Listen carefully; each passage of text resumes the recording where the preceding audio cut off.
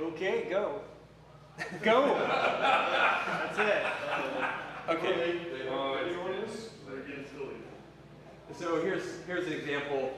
Just printing 1 through 10, right? This is a very inefficient way of writing code. You can certainly do so.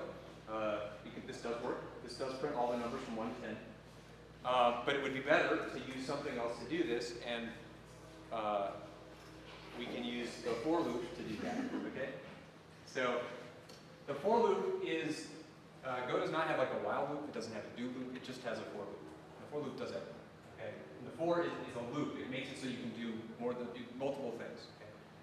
So what this loop does is it starts at 1 and goes to 10 and prints it out. Okay. And we increment I. We add 1 to it each time. So the way this works is you go here and go here. I is less than 10, and then we cut that and go back around. And you keep going back around until I is greater than 10. Okay. Everybody understand the basic idea of a loop? Pretty straightforward. Okay, loops work the same way in most languages. Notice that this would be a while loop in most languages, right? You'd say while I less than 10. In Go, it's just for I less than 10. It's all the same loop. Notice also no parentheses. So Go control structures don't have parentheses. They just are the characters. So let's run that to make sure it works. And we will use that as our basis for other.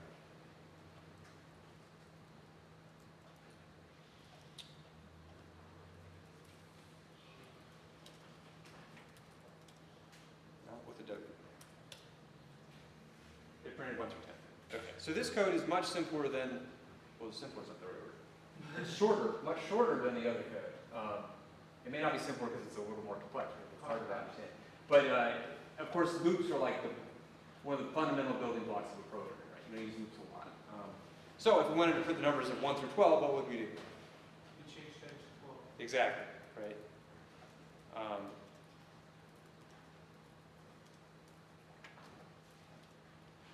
Now we can 1 through 12. Okay, so the basic idea here is it's going to evaluate this expression every time through the loop. Okay, and so we can change the 12 here to be a variable, right? And we can do it that way. Same exact program. And so this expression with a for loop needs to return true or false, right? So it needs to return a boolean. Okay. You can't do this. That's invalid code. I think you could do that in C. Non-bool 5 on type number. Use as a for condition. You have to have a bool. Okay. So you can't do for 1. You have to do for true. So you could do this. I'm not going to run that because it'll run forever. You don't want to have to restart. Okay. So I guess a couple other things. Remember the variable assignment.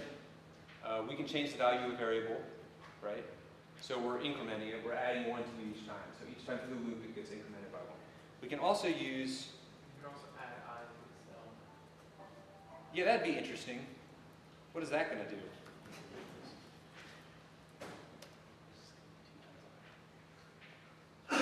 Just is multiplying it times p. Yeah, because it's already past 12. Right, because 16. it can't get there because of the way that. It's I times 2. Yeah. Right, but I'm just saying the reason it doesn't. Yeah. Okay. So you can also use plus plus instead of plus 1. Okay. Does the same thing as I plus 1. So this is the same as. Okay. The reason I show that is I plus plus incredibly common. You see this everywhere in code, okay? So just know when you see plus plus, that's plus 1. Is that like C++? Yep, that's exactly where C++ comes from, because it's C plus 1. Next version of C. Will there be a C+++? There's a C sharp. There's going to be the C++. Yeah, the C sharp is plus plus plus C+++++. plus. That's C sharp.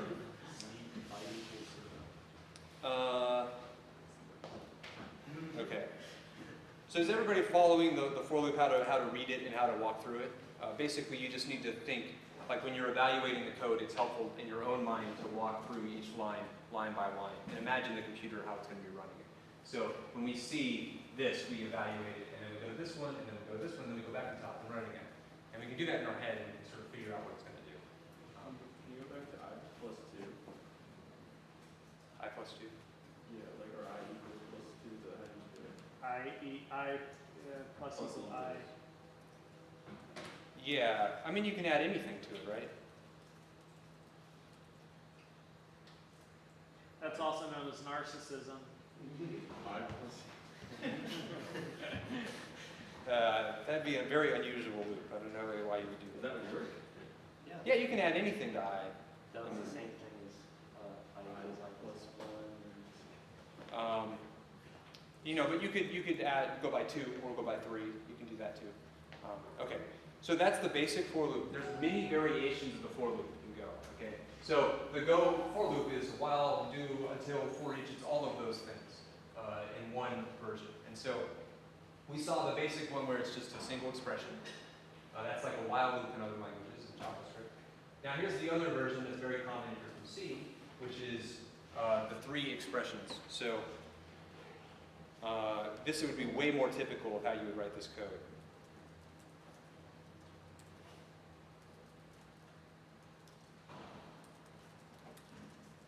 Yeah, that's a different language, right? Or does that work in Go?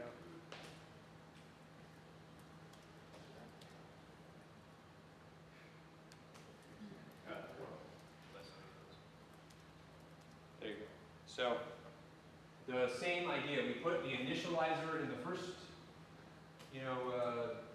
there's 3 expressions here. The first one, or statements I should say there, the first one here is the initializer, and then we do the condition, and then we do at the end we do the increment. And that's because this form of the for loop is so common that that's how most people would do it. Right? So, it's doing the same thing we were doing before, just moving the expressions to the inside of the for loop. So everybody following this? Right? So we have 3 expressions, and this one's setting it to 1, and then we check this in each loop, and then at the end of the loop we do plus plus. So this happens at the end each time. And this is way more common. Like I said, this is how you would normally write this loop. Though actually you would probably start it at 0 and do less than, and do it this way. So one thing you'll learn when you start doing a lot of this programming loops and stuff is things tend to look the same. And then when they look different, it's like sets off an alarm in your head. You're like, ooh, that looks weird. And so if I see I equal 1, I'm like, whoa, that's strange. What does 1 mean? Right? Like I'm not used to seeing 1, I'm used to seeing 0. And so it's a good idea to try to follow the pattern. So for example, using the variable called I, right? It's a good idea to emulate that pattern just because it's so typical that when you see it, you're like, I know exactly what that's doing.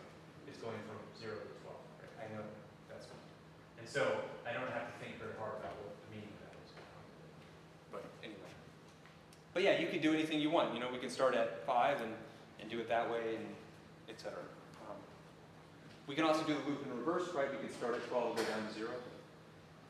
We would just switch this to a greater than 0, and so on. But basically that 3 pattern, okay?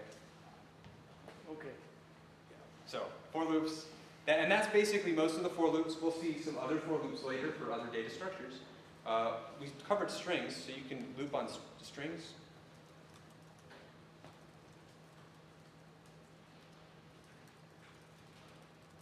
Okay. Let's see what that is. So that's kind of weird, right? So we have range. Range is a keyword, and you give it a thing, and it will loop over all the things inside of whatever that is. So in a string, it's going to loop over each character. But this is kind of odd. Why did it return 0, 1, 2, 3? Right, because you have key enough value. Yeah, so it's returning the index of the character, not the character itself. So one thing we could do is we could do it this way.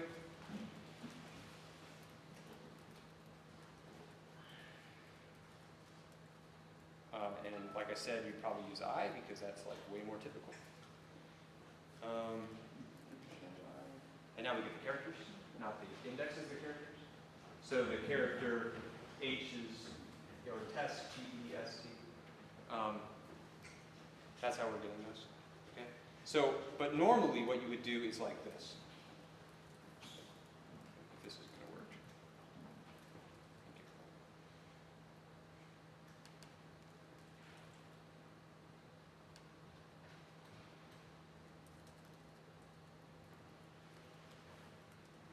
So now I'm returning both the index and the character. So I call it C for character. And then I print it. So the basic form is you can use range, and then you assign it to variables, and then these get set for everything inside whatever's already inside. So the for loop is super flexible, used for lots of things.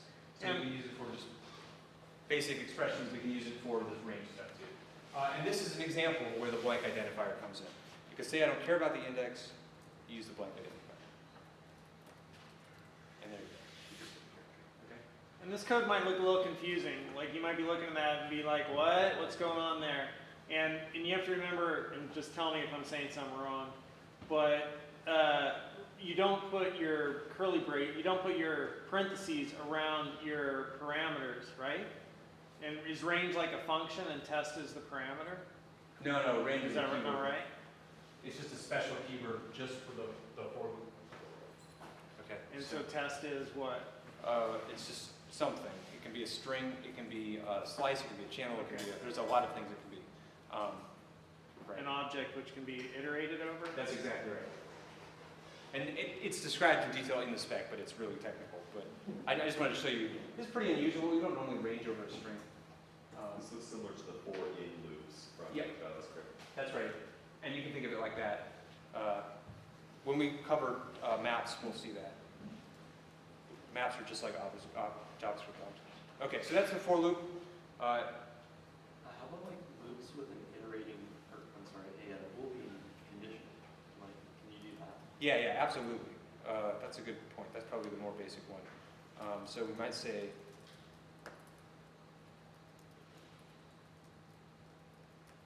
we would probably set it to true so that it would happen at least once.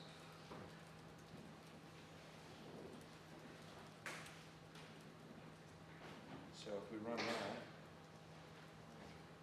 okay, it just ran it once. So the condition starts at true, we loop over the condition, and then we set it to false, so the next time it comes around, it finishes.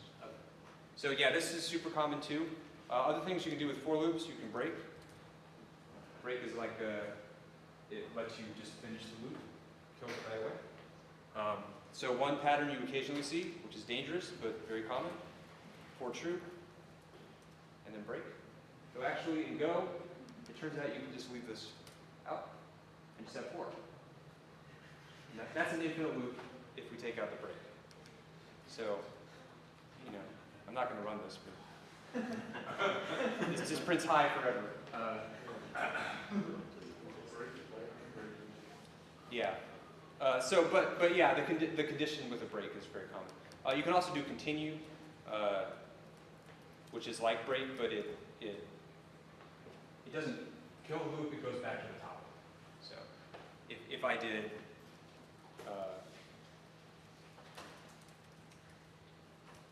it would never say hi here, right?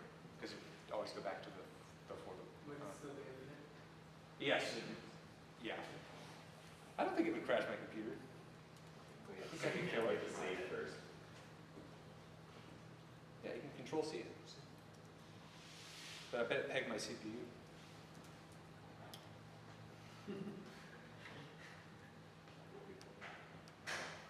Yeah, 91% CPU. Doing nothing. So there you go. There are better ways to make a program do nothing than that. There are better ways to make a computer here. Yeah. Okay, so that's the for loop basic idea. Break and continue you occasionally see. Loops are kind of things you have to practice with, and some of our examples we'll see some of them. You'll start to get more used to them, break and continue and all that. But that's it. So what are the 91%? That's just how much memories of The CPU, right? So there's the two resources on your computer, your memory and your CPU. The CPU is executing instructions. Basically, it's just running that thing over and over. Okay, so the other basic control structure we talk about, if, the if statement, it's like a for loop, you know, it texts the expression and then runs the code, but it only does it once, right? So, you know, if we want to print out whether a number is even or odd, we could do, like I said, that modulus operator. Right? So we could say if I mod 2 is 0, then we could say it's even, otherwise it's odd, sure. You could do that, you know, as far as other options. So if we run this code,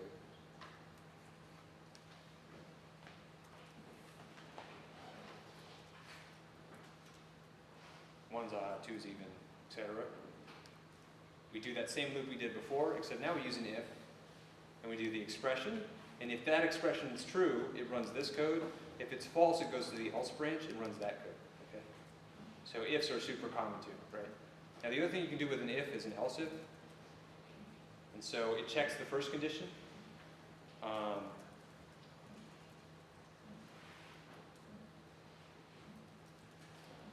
It checks the first condition, and then it goes to the second one and checks that, and then goes to the else finally at the end.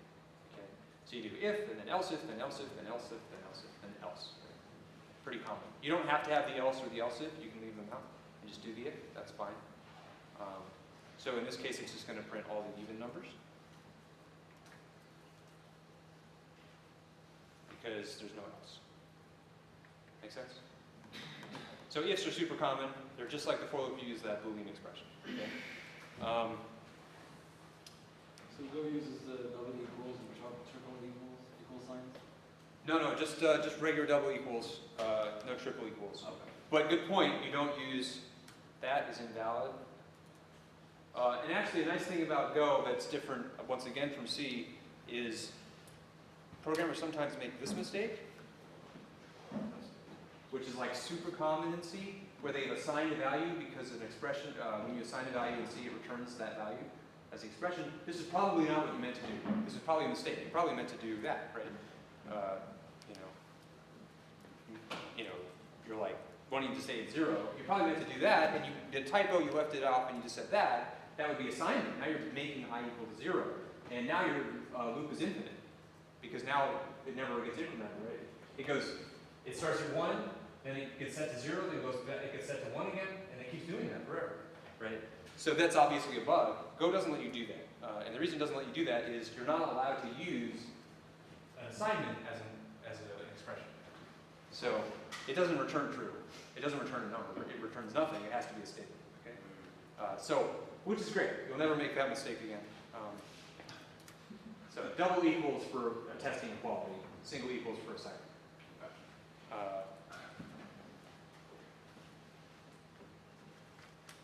Question? No. Oh, okay. Okay, so big, huge ifs can be kind of tedious. So there's also a switch statement. So if we were imagining we had this huge block of code, this is what they call the code smell, right? Where you look at it and you're like, there's a better way to do this, right? Where I have it broken down into all these else's. And you can use what's called a switch statement to do that, okay? So a switch statement would be like this.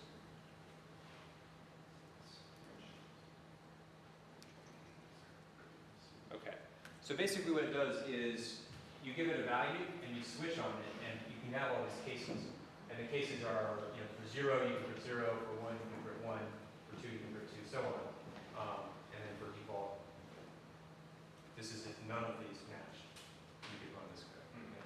So this is like if, else, same kind of idea. There are some other variants of the switch statements we'll see later.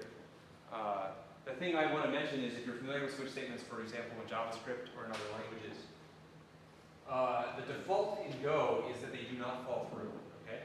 So in JavaScript, this would print, if it were 0, it would print 0, 1, 2, 3, 4, 5, right?